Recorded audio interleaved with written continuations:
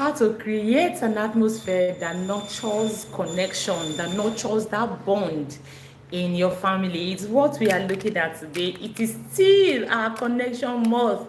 The month of May has all been about connection. You agree with me that for very many parents, like I said at the beginning of this whole month, I said it is not always about just now. When you parent with tomorrow in mind, parent with the future in mind, because your children have just less than 18 years to be children around you. After then, you and your children, you have a whole lot of years that you expect them. Those years, they may not even be at home with you, but there are things that we expect. And one of the things we expect, every parent expects, is that their children have that connection. They have a bond. It is why you see very many families, they do a family reunion. Every year, people travel back home because of that connection, because of that bond. Whether you like it or not as a parent, when that time is right, when you are old, you will desire your children to come together to bond. You will desire it. It will be one of your prayers for your children, one of your prayers or one of your Thanksgiving songs, that your children are either together, you want them to bond. Now, and I always say that it is not that time you will not be expecting magic to happen, because most times magic will not happen that time. Now, this is the time as a parent for you to deliberately nurture the atmosphere for children to bond. It is not, many times it's not about the one thing you do or the one thing you do not do. It's the collection, the series of things you do or you do not do. You want your family to have this connection. You want this family to have this bond. There is an atmosphere that deliberately will allow your family to bond. If your atmosphere as a parent is chaotic, your family may not be dysfunctional. But if your family is chaotic, I guarantee you that you will have a lot of work to do in adulthood when your kids are grown. Now, the work you are supposed to do now, the work you are going to do now is simple, it's easy. I'm trying to the work you have to do now is simple, it's easy. But when that time comes, when your kids are grown, I tell you, the work will not be easy again. You know why? Because pride will not set in. They have formed their different personalities. Maybe they have their families. You will have, this one will have the wife telling him something, the children coming first. So they will have a lot of other factors that will come first. And bonding may not even be what will come first. So this is the time as a parent for you to lay the foundation, so that when you are old, when the time is right, your children can have this connection. And I tell you something, when your children have this connection, that is even when your family will be able to excel. I remember one time I saw a post on Facebook. The author was talking about AY, the Nigerian comedian, how when AY became to limelight, how he carried his family members along with him to limelight. Yes, how he carried his family members along with him. Do you think if he didn't have any connection, he would have done that? I've also read about people who say, they have one person in their family, they have one brother, the brother wants all of them to come and be worshiping him. Instead of the brother to assist them, to help them, he wants them all to come and be worshiping him. It is a factor of connection, of relationship.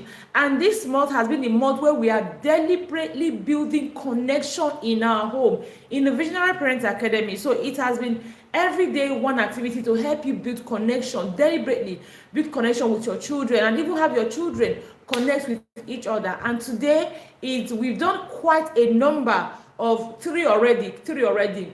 We've talked about how to earn your child's trust. We've talked about how to rebuild your relationship with your child. We've talked about how to connect with your child as a parent. And today we are going to be learning about how the entire family can have a connection. Sorry, my laptop just went off. I didn't realize it was drained. How the entire family can have a connection. Like I said, as a parent, a time will come, whether you put in the work now or not, a time will come, you will desire that connection. And by then, it may be too late. Because a lot of factors would have taken place already. Maybe you have sons, they have wives. Maybe their wives don't even like each other. So because of that, they will not be putting fire. You know what we call fire in Nigeria? They will not be putting fire.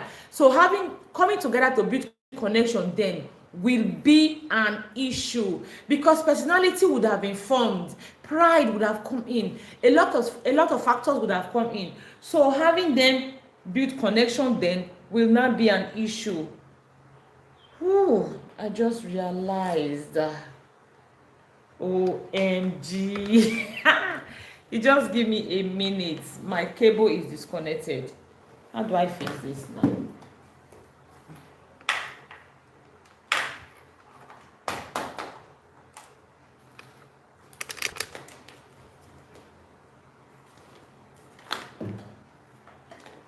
Oh, laptop, you didn't show me signs that you were going to be trained.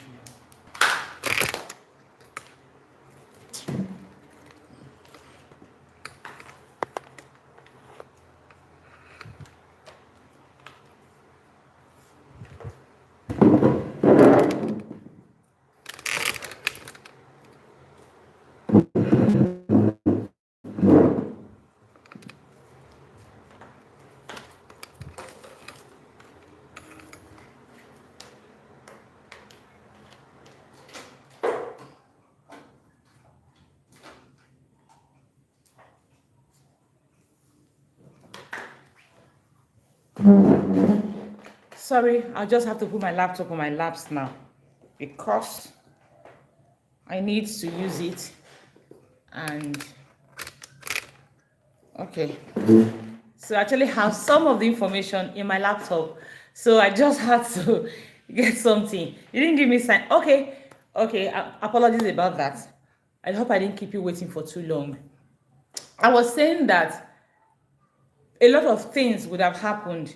Your children would have formed their personalities, and at the end of the day, for them to build connection will be more difficult. It is why, as a parent, now that they are still young, now that they are preteens, now that they are teenagers, now that they are toddlers, is the very best time for you to deliberately nurture an atmosphere that leads to connection and leads to bonding in your home, amongst your children, amongst you and your children. There are parents, they don't even have connection with their children. You hear parents say, oh, I'm doing my best, I've done my best. You need to deliberately create an atmosphere that nurtures connection in your home, not just between you and your children, between everyone, every single person in the family. Thank you so much for joining. I'm sorry about what just happened. Thank you for staying with me. My name is Enimi Orebo, and this is Parenting with Enimi Orebo, brought to you by the Visionary Parents Academy. The Visionary Parents Academy is an academy where parents come, they register, they get empowered, they get skilled up to parent the children they have.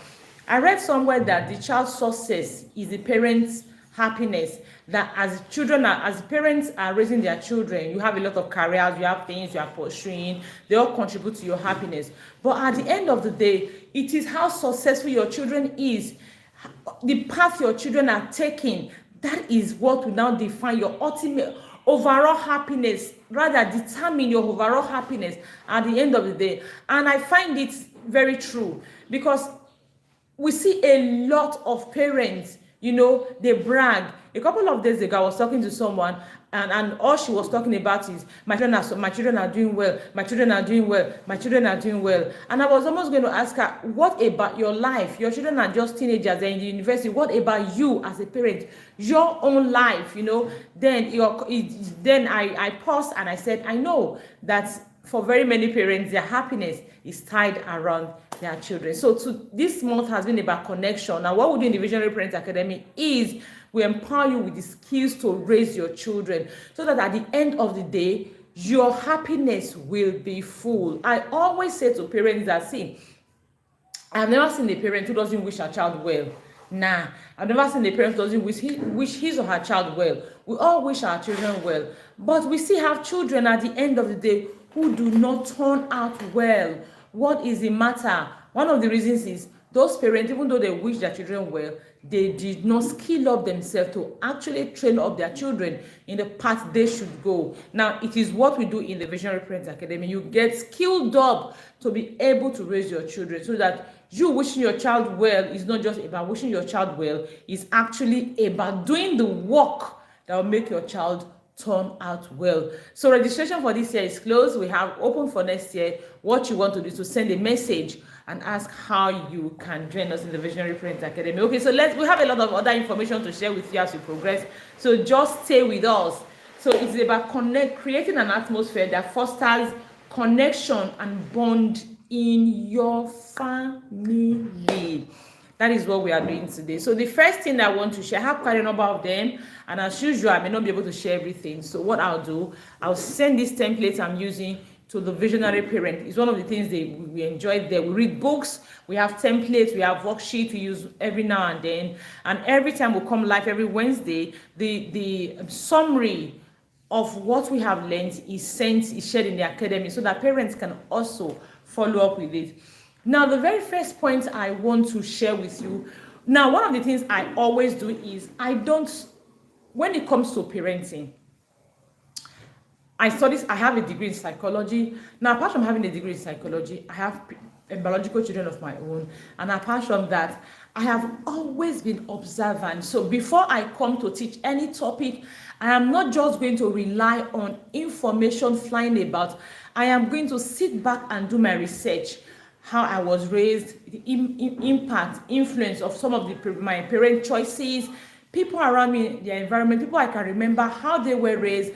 And of course, we run a community, the Visionary Parents Academy. We also rely on testimonies from parents and talking about how they were raised and all of that. Then we look at people who have made success, PDD is trending. I remember saying that nobody even shared his childhood stories. We could learn from that. When Aro Kelly trended, we shared his childhood, we learned from his childhood stories, So I am always doing my personal research, so that when I'm coming to teach here, I am teaching from a place of knowledge, and I am not just teaching from a place of copy and paste. So it is why the points I'll give you, the things I'll teach you here, if you like, go and Google it.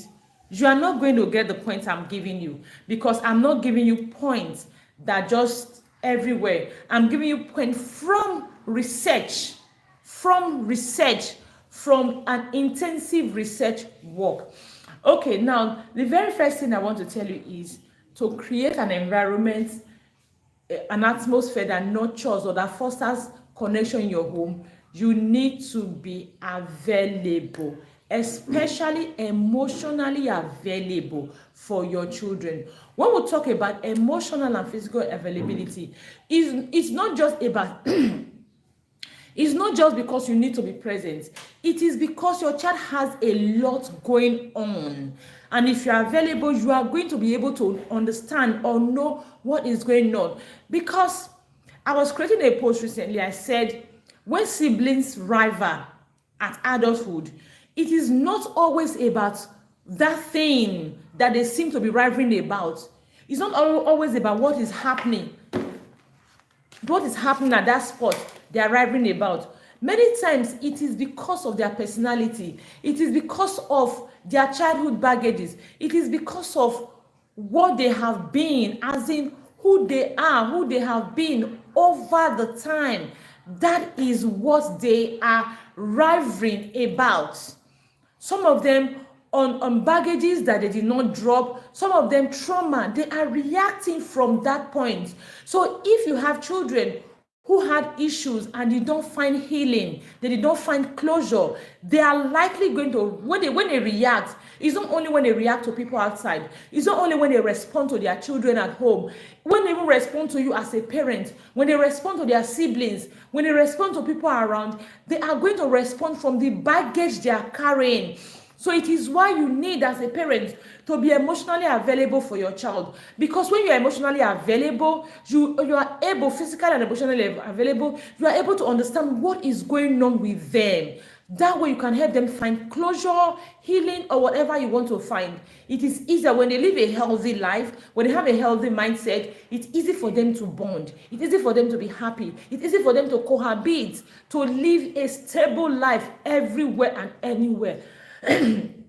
So the very first thing you want to do is to be emotionally available. Let me share a story. There was a time in my family where we decided that, okay, we don't have this strong bond, strong connection amongst us. We need to have a family meeting, and everybody, we just need to deal with it and have everything settled. So that was a couple of years ago. And it surprised everybody when one of my younger brothers said something that happened. He should be, okay, he's almost in his 40s now. In this year will be in his 40. He talked about something that happened when he was in secondary school. That is over 25 years ago. Something that happened.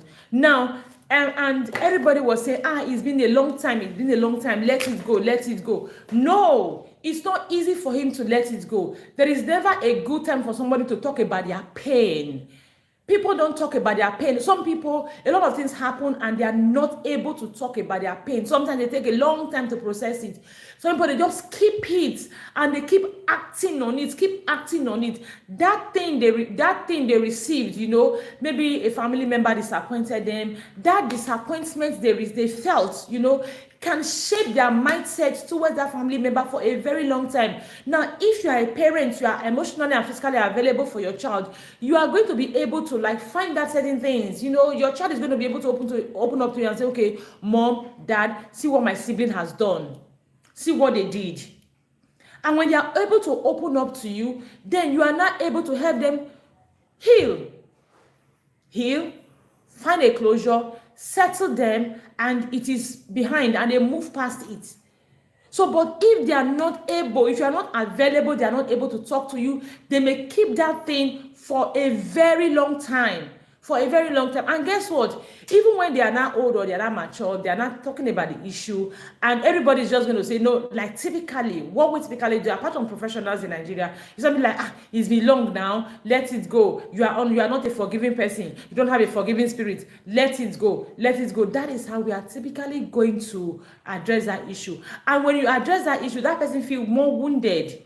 That person feel, as a child, I wasn't heard. I wasn't listened to. Now, as an adult, I'm still not heard. I am still not listened to. That thing is going to further deteriorate the situation than amend it. So it is why most times when I've had parents call their children for a family meeting just to settle, very many times.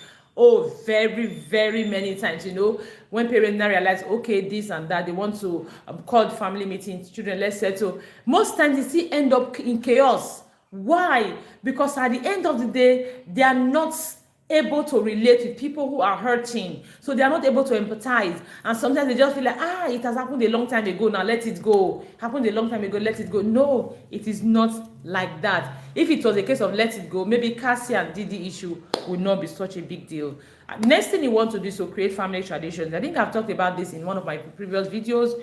You go back and check. Create family traditions, something that everybody looks forward to. It's just creating memories. Everybody looks forward to it, and it bonds your family. What are your traditions? It can be, okay, every Christmas we travel down home. We're taking a drive. We're taking a trip. We do this particular thing. Every month we have a fine dining etiquette in the family. We have maybe once in a month we gather together, we tell stories, we have a barbecue session, we have just family traditions. It can also be, okay, we have once in a year we have a family project. Maybe we do some planting together, maybe we rear animals together, maybe we just do charity work together. It can even be we write a book together. It can even be we open a podcast channel together, as a family, where all of us, we do it together. Just family traditions are very helpful in fostering a family connection. Another thing you want to do as a parent is make more positive memories. If you ask many people, when they look back, what they can see, what they can find out, what they can bring out from their memories are just pain, disappointment, betrayals, when their parents were not there for them, when their families were not there for them. Now, if that is what your child when they try to assess their memory, that is what they find every day, then you can be very sure that there will not be connection, there will not be bond, or at least it's going to be superficial. I remember I shared a video, a post the other day about this Nollywood actress Mercy Aigbe. The child was all by herself in Canada, and all she, maybe in those days, because it is not every single day the child will remember those memories. It's not every day those memories will come to play. But there are times those memories will come to play. Maybe the times when the child is lonely, the child is, the child is in a strange land, no father, no mother, no brother, no sister. So the child is just trying to talk to someone, and the child picks up her phone, she wants to call you, and the next thing she's remembering, oh, how my mom used to do this, how my dad used to do this, oh, my siblings are used to be this, my siblings are that. They don't trust, and they cannot trust you with their feelings, with anything. But if you have memories, if you have built good memories together, fun, play, conversations, silliness, if you have built all those memories together, I tell you, when they want to go back, they are going to have a whole lot of things to remember. And it's easy for them to just call you, talk to you. When they go back to their memory bank, they have something positive to remember. So one of the things you want to do as a parent is deliberately create memories with your children. Deliberately create memories with your children. It can be movies. You sit down, you watch movies together. You do chores together. You have fun. I say to parents that creating memories together, you don't have to, doesn't mean that you have to create a particular time to create memories together. The little time you have, you can use it to create memories. You can have a good laugh over chores, You can have a good laugh over their mistakes. You can have a good laugh over taking them to school. You can have a good time when you go and pick them from school. Just create memories together. Make every moment fun. That is memory. Then if you have time, you have resources, then you can now decide, okay, we are going on a road trip. Okay, we are going shopping. We are going to do things, fun things. We are going to the cinema. We are going to the water park. We are just going to do fun things. Happiness. Everybody is around. Everybody is happy. Or we are going to try new recipes together. Or we are going to play games together. Outdoor games, indoor games. Play with water and a lot of things. And everybody is happy. Just create memories together. The next one is be fair to everyone. We know how that favoritism can be a major issues. And one of the things that happens is very many parents, they do not intend to have a favorite. Something I've noticed. However, their actions may speak otherwise. You will just realize that there may be a particular reason, not that you like a particular child more than another, but it can just happen that a particular child would just. Let me use myself as an example. I have 3 kids. Now, my daughter can ask me 1,000,001 times. I have 2 boys and 1 daughter. My daughter can ask me for something 1,000,001 times. Even the things I don't want to give. And she can persist for a very long time. But my sons, they are not that, they don't ask. Sometimes they just say, oh, mommy will not give us. And I'm always wondering, why would you think mommy will not give us? So because I know that they have that thing, I want to encourage them to ask, so that it's not just about me, it's about building that perseverance, resilience, optimism, trust, and all of that. So when they ask, I'm more likely going to give them than I give my daughter, because I know that my daughter, she can ask for something, or she has questions 100 times a day. While my sons, they may just have one or two times.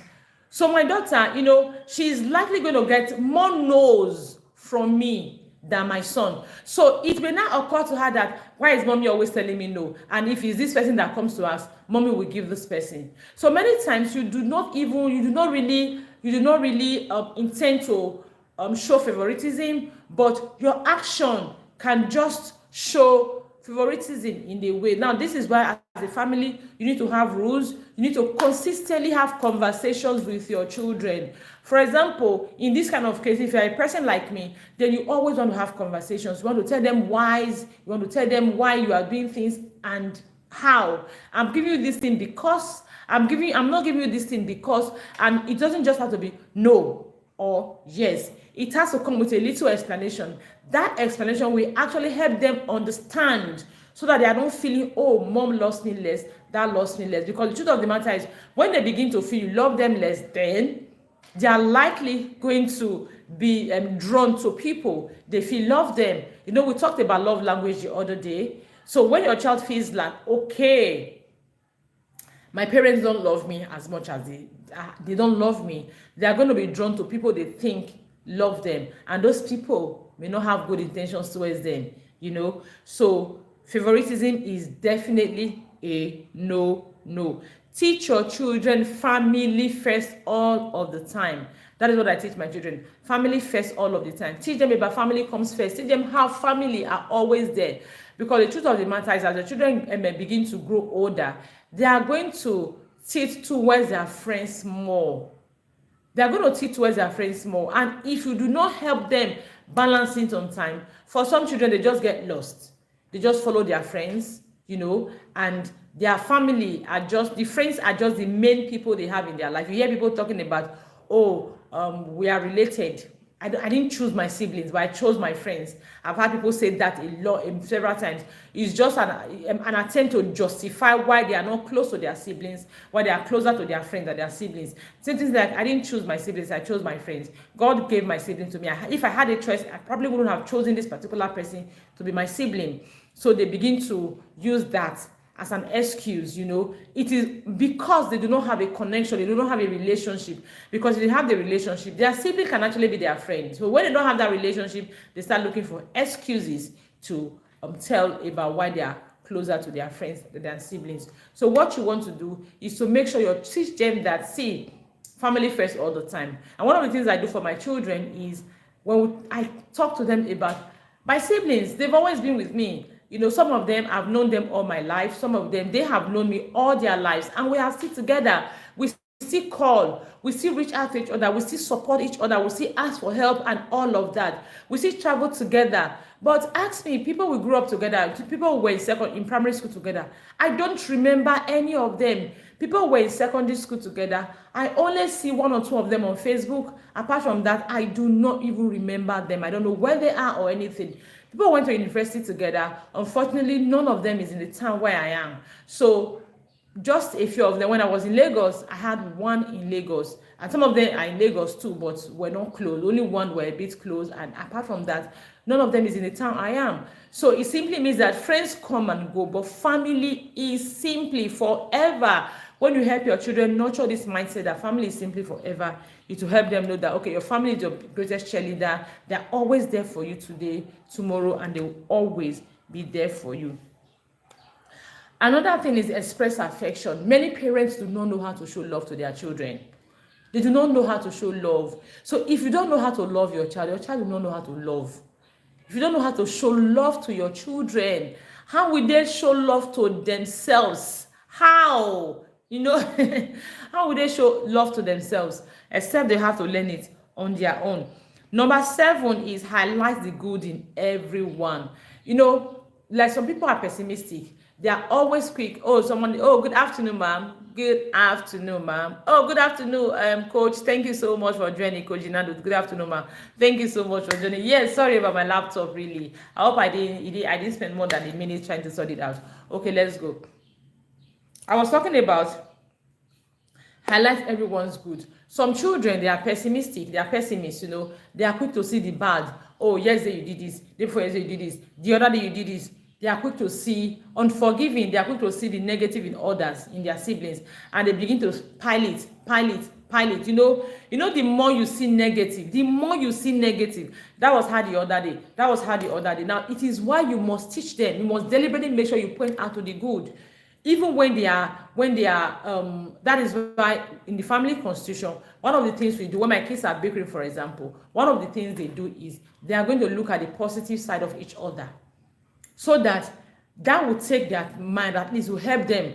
They are bickering over something, you know, because when you are angry at someone, it is easy for you to just dig out all the things they have done, for your unforgiveness to just resurface, dig out all the things they have done, you know. So when you now deliberately make it something that they deliberately point out the good in each other, even when they are bickering, when they are calm, they take their reflection sheet, they are going to write out the good things about each other. It will help them start liking, they see more good in each other, and that will help them bond. Even as a parent, your child is angry at you for what you have done, your child can also sit down, make a list of all the good things you have done for them. It will help them forgive you more. Even as parents, you do that too. Even when your child has done something annoying, you just sit down, you make a list of all the positive side of your child. It will help you forgive your child and move on. One thing that is super important for parents to know, to do, this is the 8th one, is to teach your children about their temperaments. Why is this important? Because many times, temperament and a lot of other things they need to know, so that they can give excuses for their siblings. Because very many times, our temperament weakness come in the way. If you have a child who is very sensitive, who easily get irritated and annoyed, you have a child who is very playful, sanguine, they are going to always have issues. You are always disturbing me. You are too loud. You are too playful. You are always all over the place. Don't touch my things. Leave my things where they are. And the other child cannot understand. I was watching a couple on Facebook yesterday. The wife was saying that she likes to keep her house tidy and arranged. But the husband doesn't understand why she's doing that, because the husband feels that we are the only ones in the house. People don't come to visit us. They are in the UK, they are not in Nigeria. People don't come to visit us.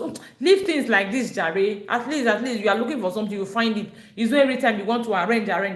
But the wife actually loves to have her space tidy, and the husband thinks she's stressing herself. Like you too like to stress yourself, that kind of a thing. So it can happen among siblings too. Why the one of them feels that you are too boring, the other one feels, oh God, you are too unserious. You are too unserious with life, about life, So the other one can say you are just too lazy. The other one say you are just a horse rider or driver. So what you want to do as a parent, you want to sit down and teach them about temperament. That was why in the Visionary Parent Academy, I had a small material on temperament, which parents had to teach their children. I was telling myself this morning again, I'm going to use it again to teach my children until they actually understand certain things. They understand their strengths, their weaknesses. They're able to set goals around it, and are able to deliberately make effort to improve. So when they know each other's weaknesses, it's easy for them to say, okay, cut some slack, be patient, be supportive. Like one of the things I told my daughter a long time ago was that, boys are, when she complains that these are brothers, they are too rough, they're always all over the place, even when she doesn't want to play, they are rough and disturbing her. I told her something, that boys would always be boys. I say, boys, one of the things boys do is play. Oh, boys play rough. Say one of the jobs of boys is rough. They play rough. That is, boys play rough. It's hard for you to find a boy that doesn't play rough. That mindset has been with her for a long time. She would just say, because you are boys, you play rough, just go. Boys play rough. So she feels less irritated when they begin to jump about and play rough, because of the mindset because of the what I told her, that boys play rough. The same thing with my son. I always teach him about girls. Girls can talk, girls can stretch issues, girls can, sometimes they just want to appear petty. Sometimes you don't even understand, like, this small thing, and they are just all over the place for. Say, that is girls. That is how we are wired. That is who we are.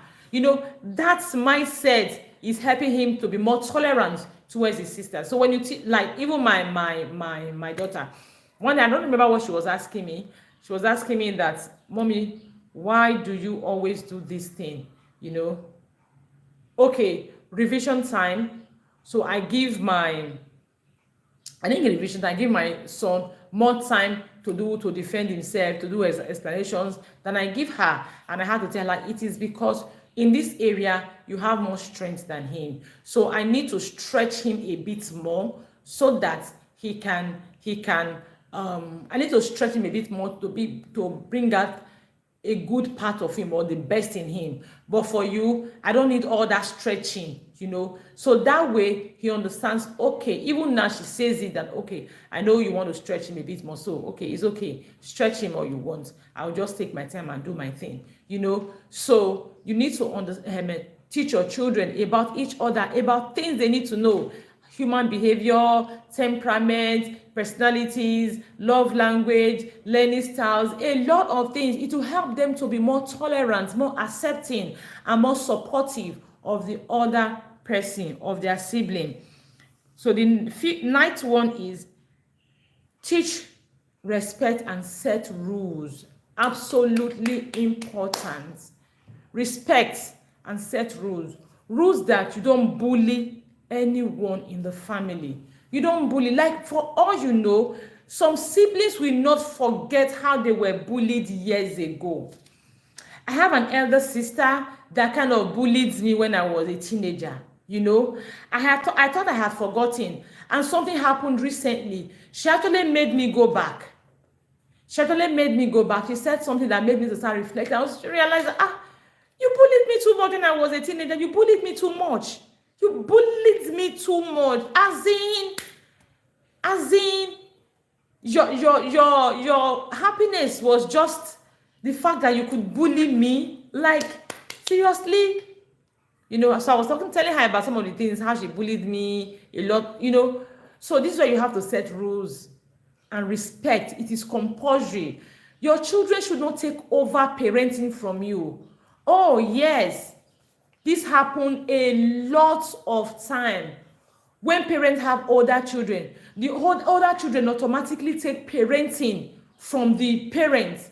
They are the ones that tell the younger ones what to do, how to do, where to go. They end up over-parenting. They end up demoralizing the younger ones. You shouldn't.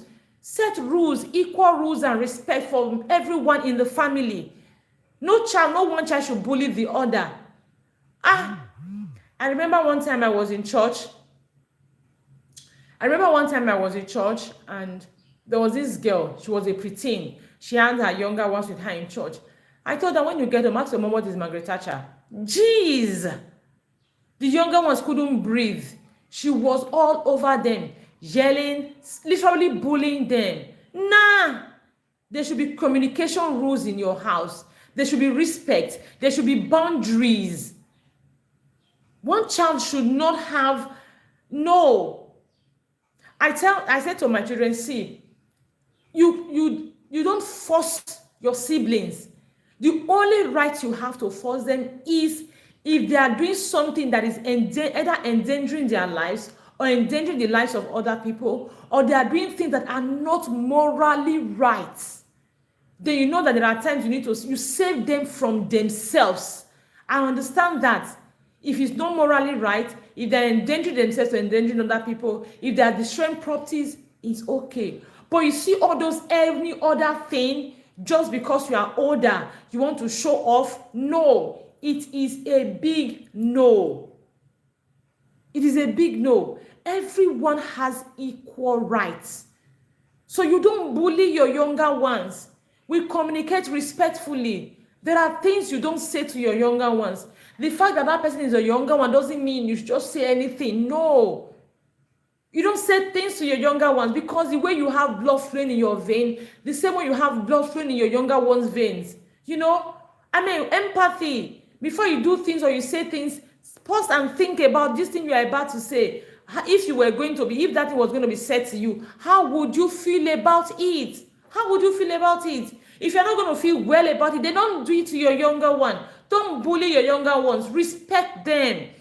It is very key parents talk about these things, because for all you know, some children, it may just shape their mindset towards you as the parents, towards their siblings, towards everyone, and they will grow with that. Now remember, I think I've shared something here before, that not everybody heal at the same pace. We all have timeline for healing. So you can just say, oh, something happened and you forget.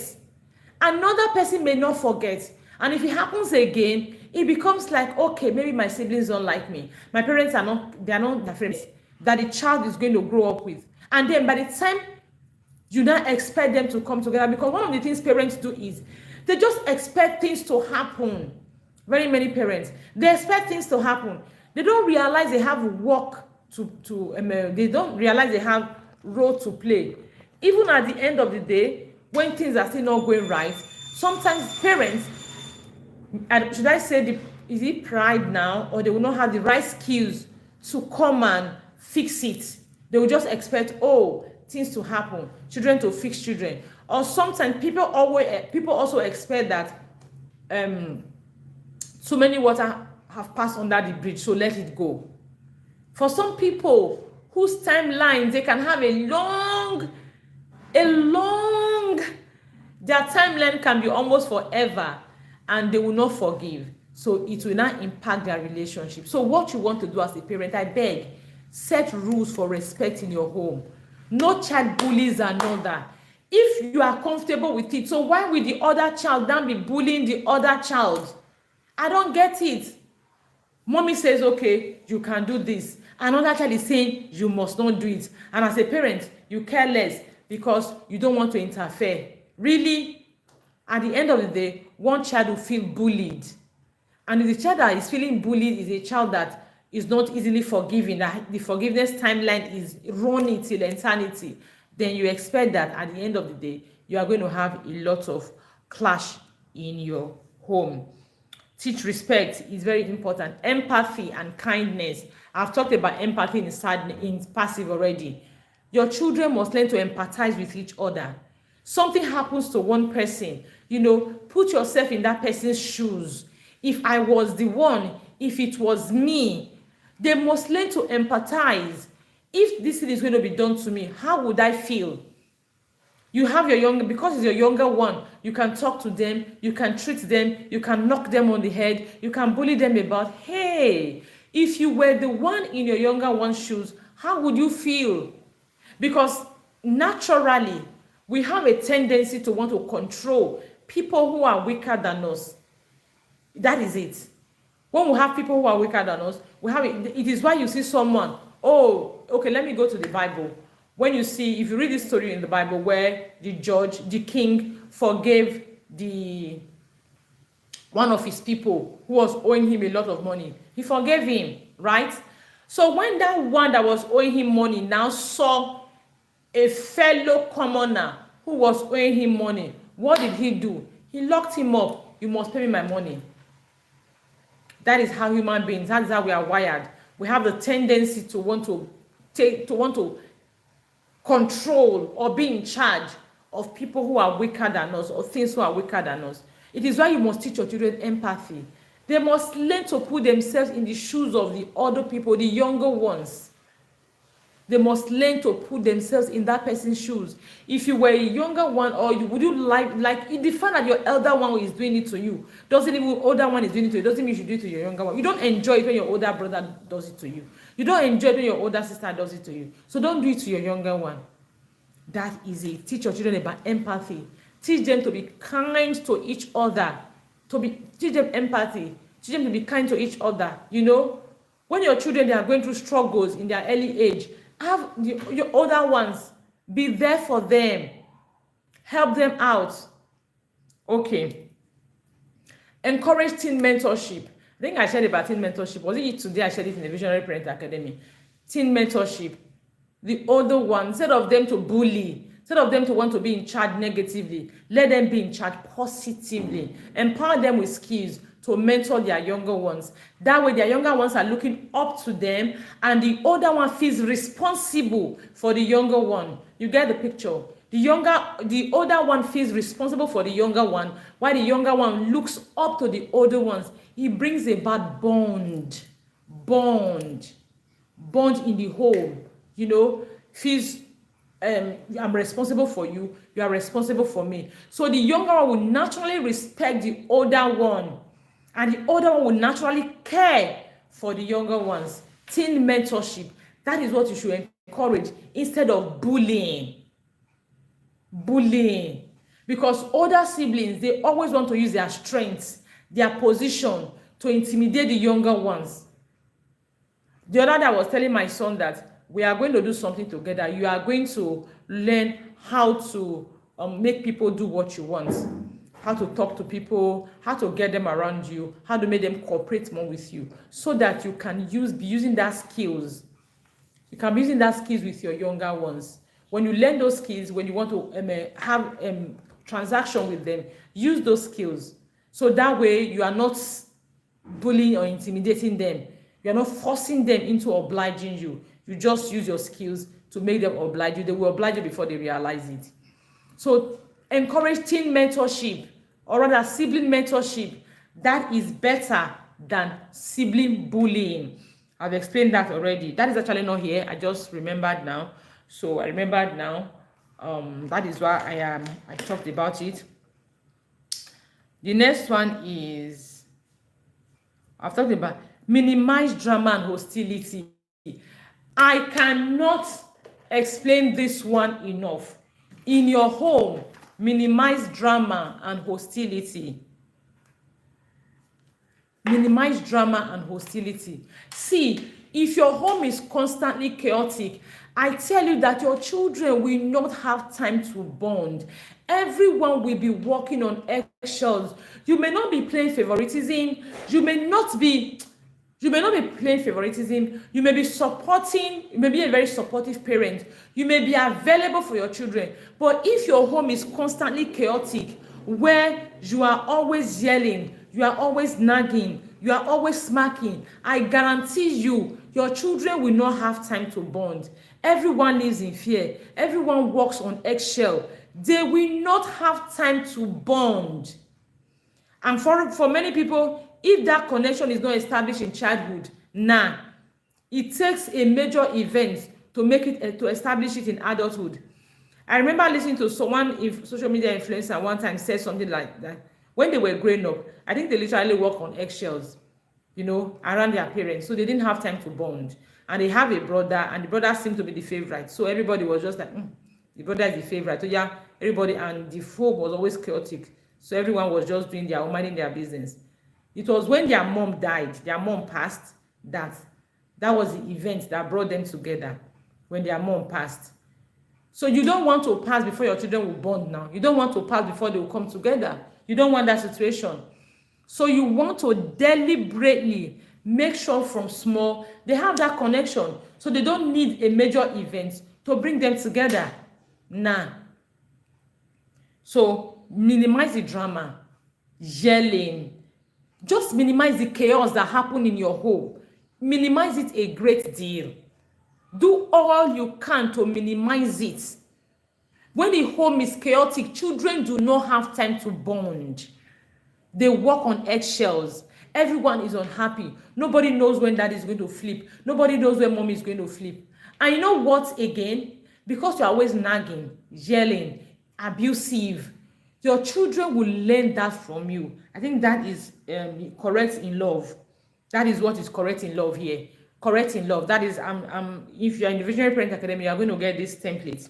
I'm going to edit it to add teen mentorship, and pair mentorship to it, because I didn't write down. Let me just write it down. Pair mentorship. I'm going to add it to it. That should make it like how many now? So correct in love, because the truth is, here's the thing. If you as a parent, your correction is dramatic, you are always bullying your children when they do something wrong. Okay, let me first of all talk about correction. When the way you correct your children is likely the way they are going to correct each other.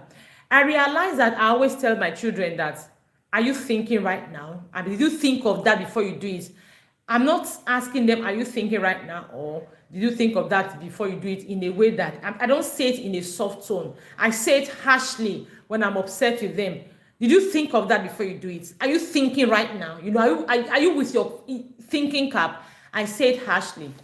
And I realized that my daughter would also, even my son, that is how they also correct each other. Like, are you thinking right now? They are upset. I said, whoa. I don't like the sound of it when they say to each other. But I thought when I was saying it to them, I didn't see it as a big deal, But when they say to each other, it sounded rude in my ears. And I decided that, okay, I'm going to get better phrases to express myself that are not necessarily rude. Better phrases that will uplift, not break, So that is it. The way you correct your children is the way they are going to correct each other. And guess what is going to happen? That's what I was going to say a while ago. If you are always intimidating, yelling at your children, yelling, smacking, and all those trauma, making your home chaotic, what will happen is, One child is going to do that to another child. And guess what? The other child that is going to be done to is going to be something like, mommy does this to me and she gets away with it. You can't do it to me and get away with it. So that is going to, because they cannot talk to you, because they cannot tell you to stop it, they cannot tell you, they are going to use all that anger they have when you are talking to them, when you are treating them, smacking, yelling, dramatic, all that anger they have towards them, in them, when you are doing that, they are going to use that anger to fight their sibling. It is why siblings fight most of the time. Because mom is intimidating me. Of course, I know I've made a mistake. Mom is intimidating me. They are bullying me. They are always yelling and nagging and all of that. You, that you are small like me, you are also coming to treat me like that. Lie. We finish work here. That is going to heighten the tension, the tension in the atmosphere, the negative energy in the atmosphere. Because the way you correct your children, they are going to pick from you and they are going to correct one another in that way. That is going to heighten the tension in the home. It will lead to more fights, more arguments, and the bond is cheapening. So no matter what you do, even if you like create family traditions, even if you like be available, it will now be more like one step in, 3 steps out, 4 step in, 5 steps out. Do you understand that? Okay. I've talked about minimize drama and hostility. I've talked about correct in love because they are watching you. Be vulnerable. Yep. Be vulnerable. There are times you actually make mistakes. You make mistakes. So what do? You are going to apologize. There are times you even accuse your child falsely. There are times you make genuine mistakes. You are going to apologize. What does this do? How does you apologizing to your child breed connection amongst your children? The thing is, when you apologize to your child, they learn from you to apologize to each other. Because you can say, oh, I'm sorry, I didn't really intend to do this. Apologies. I didn't intend for this to happen. I'm sorry. Oh, I didn't check my facts. Okay, I'm sorry, I didn't check my facts. Now I know better. Because you apologize to your child, it becomes easy for them to apologize to each other when they are wrong. Because you respect them, you talk to them respectfully, it's easy for them to talk to each other respectfully. So when you apologize to them when you are wrong, you make mistakes, you are vulnerable, you admit your mistakes, you apologize. When they too are wrong, they make mistakes, they are vulnerable, they apologize to each other. And that brings about mutual respect and emotional healings. You are modeling reconciliation. So when they have issues, they can reconcile. Another one is show appreciation. Deliberately show appreciation. When they have done something right, show appreciation. Show appreciation to them. Thank you. Again, apart from making your child feel, I'm seen, I'm heard. You know how that's making them feel this sense of importance. I'm seen, I'm heard. They feel important. They feel loved. That will actually make them happy, because when they are happy, it's easy for them to bond. Now, apart from that, what other thing that happens is that they learn how to appreciate each other. So when they appreciate each other, they feel important. They feel needed. They feel valued, feel seen, feel heard. So it is super important for you to learn to appreciate your children. That way they learn to appreciate each other. Okay, the last one is 17th one. It shows them how you treat each other by treating them respectfully. I've talked about all of that already. Treat them respectfully. That is it. Now, I'll share with you 17 ways. They are not rocket science. There may be 17, but it is just an attitude that you need to cultivate. An attitude you need to cultivate. You need to model, that you need to create an atmosphere you need to create in your home. Just make your home. Talk to your children respectfully. Learn to appreciate them. Learn to apologize when you are wrong. Learn to make your home less dramatic. Fill your home with positive drama. If there's going to be drama, let's be a positive drama. Create a family tradition. Create a family project together. where everyone is happy, everyone is happy. Family project together. It is why I love family content people do on Facebook. Everybody is just like something we are all doing together. Fun, happiness, deliberate. I forgot to share. I said we have a mega news coming and I forgot to share. Yes, the Visionary Parents Academy is hosting her first ever parenting conference. Yes, it is going to happen on this channel, 24th, 25th, 26th, 27th, 28th, 29th. 5 days, 2 coaches each day. Now, it is not like the conference you have attended before. This is the kind of conference that people are going to be talking from their practical experiences, like practical experiences. We have school owners who is going to talk about how she has been able to make sure that her parents come for PTA, her children excel in school, and a lot of this. You have that. We have a mom who was pregnant as a young adult under the father's nose, even with street surveillance. Is it surveillance now? Even with street supervision and all of that. How did it happen? What mistake did her father make? We have that. We have parents who have their children in very porous schools, and yet their children are not, should I use the word contaminated? Their children are not corrupted, How are they doing it? We have parents, teachers who teach in schools, public schools, that the children are so porous, what are the parents supposed to know? What is society supposed to know to help them?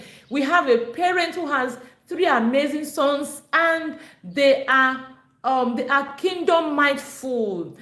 How is she doing it that in this era of Gen Zs, of baddie and all of that, her children are still following God? They love God.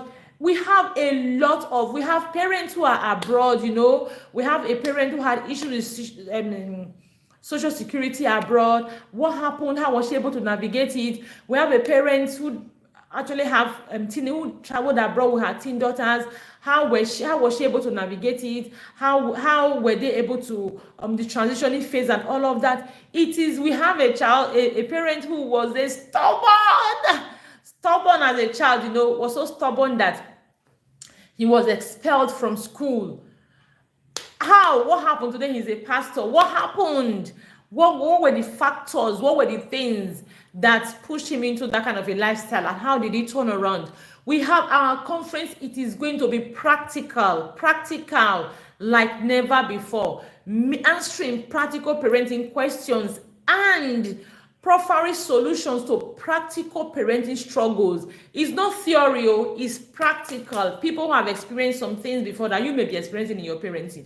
So they are people who will come and share their experiences with you, literally give you their blueprints, their templates that you can also replicate and raise children who at the end of the day will make you proud. So Winning Parenting Battles 001, edition 1 with the Visionary Parents Academy is hosting soon, next month. So be ready for it, be ready, because I am super happy and I am ready for it. Okay, that's about all today. I shared how to nurture an environment that fosters connection.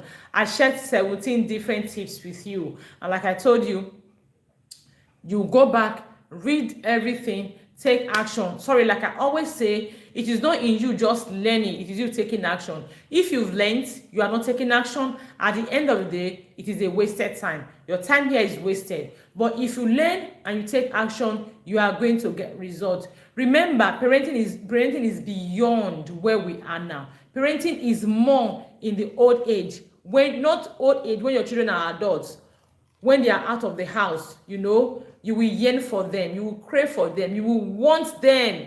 So how will they show up? This is the time for you to start laying the foundation. So if you desire for you to have a family that is connected, want to have a family that you are togetherness is key for you, then you want to go to the first video for this month, the second video, the third video, and of course today, the fourth video. Take all your lessons, put your lessons together, do your note taking, put your lessons together, and begin to take action. And I guarantee you that you are going to find results. Remember, this was brought to you by the Visionary Parents Academy. We are open for 2026 registration, and for next month we have reparenting yourself challenge. It is 10,000 naira. Feel free to send a message on how you can register for the reparenting yourself challenge. It promises you that at the end of next month, you are going to be a new parent.